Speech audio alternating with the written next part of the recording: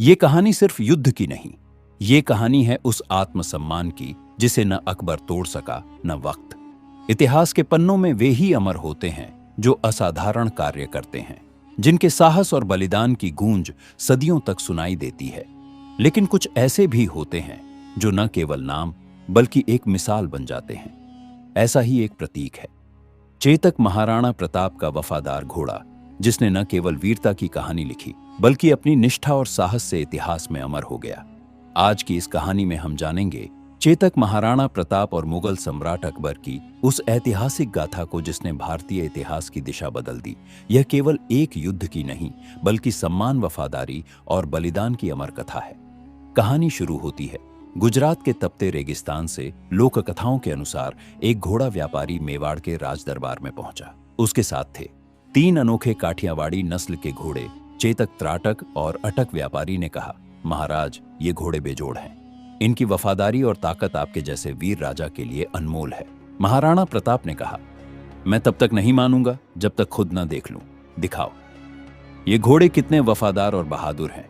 व्यापारी ने अटक को चुना, उसके पैरों को मोटी रस्सियों से बांध दिया, फिर दूर जाकर अजीब सी आवाज निकाली, जैसे उसका मालिक संकट में हो। आवाज सुनते ही अटक की आंखों में आग सी जल उठी। उसने पूरी ताकत से रस्सियां तोड़ने की कोशिश की।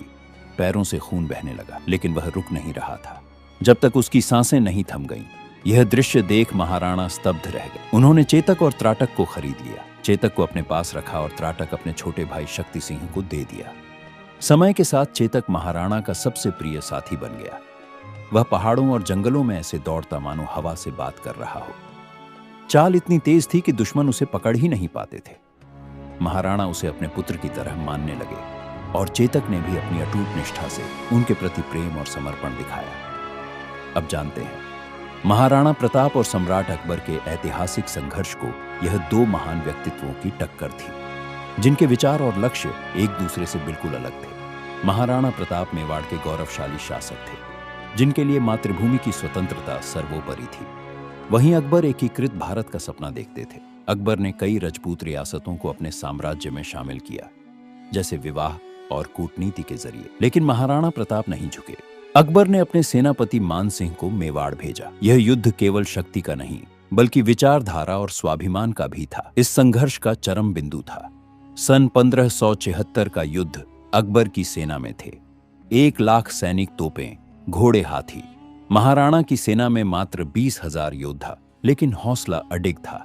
रणनीति थी गुरिल्ला युद्ध, अरावली की पहाड़ियों का लाभ और चेतक पर अटूट विश्वास। महाराणा ने चेतक के माथे पर नकली हाथी की सूंड बंधवाई ताकि मुगल हाथी भ्रमित हो जाएं।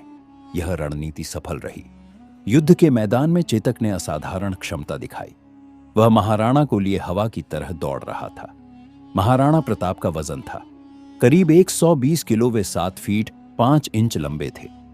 एक मजबूत और भारी शरीर वाले योद्धा। उनके युद्ध कवच का वजन था लगभग 35 किलो। यह लोहे से बना हुआ था जो छाती, कंधे, भुजाएं और सिर को पूरी तरह ढकता था। हथियारों का कुल वजन था करीब 43 किलो, जिसमें शामिल थीं 2 तलवारें जिनका वजन था 30 किलो, यानी 15-15 किलो की 2 भारी तलवारें, एक लंबा भाला जिसका वजन था लगभग 6 किलो, कटार, ढाल और अन्य उपकरण जिनका कुल वजन था लगभग 7 किलो। चेतक की साज सज्जा और कवच का वजन था करीब 25 किलो, जिसमें शामिल था घोड़े के सिर का कवच, लोहे की जीन लगाम और युद्ध के लिए की गई सजावट। इस तरह चेतक पर कुल भार था लगभग 223 किलो। और इतने वजन के साथ भी चेतक युद्ध भूमि में हवा से तेज दौड़ता था। इतने भारी बोझ के बावजूद चेतक युद्ध भूमि में हवा की तरह दौड़ रहा था। उसकी गति इतनी तेज थी कि मुगल सैनिक उसे पकड़ नहीं पाते। चेतक और महाराणा का तालमेल ऐसा था मानो वे एक दूसरे के विचार बिना बोले समझ लेते हों। चेतक न केवल महाराणा के इशारों को पढ़ लेता बल्कि उनकी सुरक्षा के लिए अपनी रणनीति भी बना लेता। महाराणा का लक्ष्य था मुगल सेनापति मान सिंह, जो एक युद्ध हाथी पर सवार था। उन्होंने चेतक से कहा, चेतक, मुझे मान सिंह तक ले चल। चेतक ने तुरंत मुगल सेना की कतारों को भेदा। अपनी नकली सूंड के कारण भ्रम पैदा करते हुए सैनिक समझ नहीं पा रहे थे कि यह हाथी इतनी तेजी से कैसे दौड़ सकता है।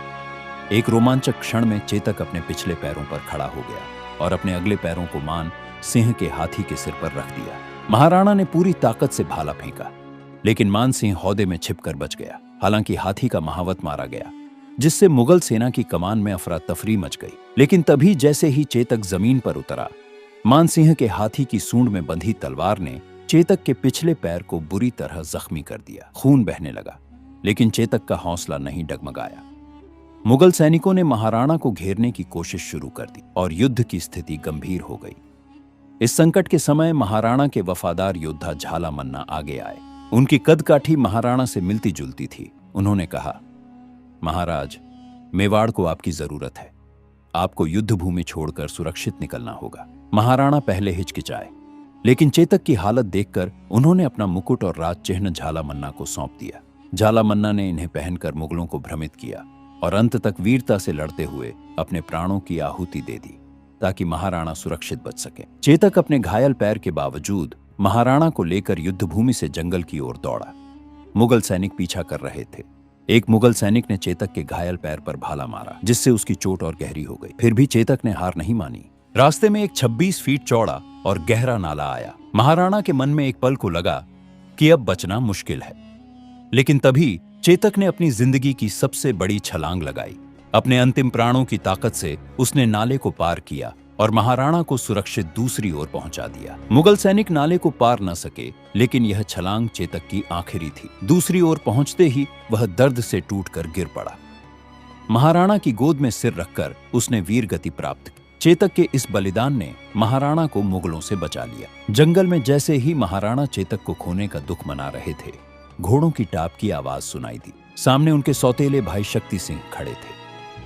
शक्ति सिंह हल्दी घाटी में मुगलों की ओर से लड़े थे, लेकिन अपने भाई को संकट में देखकर उन्होंने अकबर का साथ छोड़ दिया। पश्चाताप से भरे स्वर में उन्होंने कहा, भैया मुझे माफ कर दो।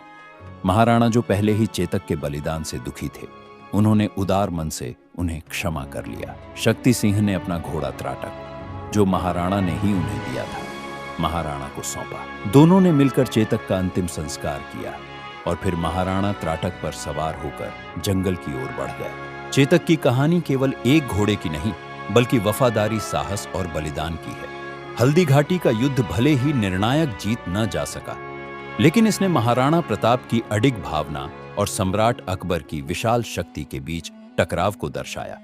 चेतक इस कहानी का दिल था। दोनों नायक, महाराणा प्रताप स्वतंत्रता के प्रतीक और सम्राट अकबर साम्राज्य के निर्माता, इतिहास में अमर हैं और चेतक की गाथा उनकी विरासत का हिस्सा है। उम्मीद है चेतक की यह कहानी आपको प्रेरित करेगी। अपने विचार कमेंट में साझा करें और इस वीर घोड़े की गाथा को जीवित रखें। इस वीडियो को देखने के लिए आपका दिल से धन्यवाद। ऐसी ही ऐतिहासिक वीर गाथाओं को जानने के लिए चैनल को जरूर सब्सक्राइब करें और अगर आपको चेतक की ये कहानी प्रेरणादायक लगी हो तो वीडियो को लाइक करना न भूलें।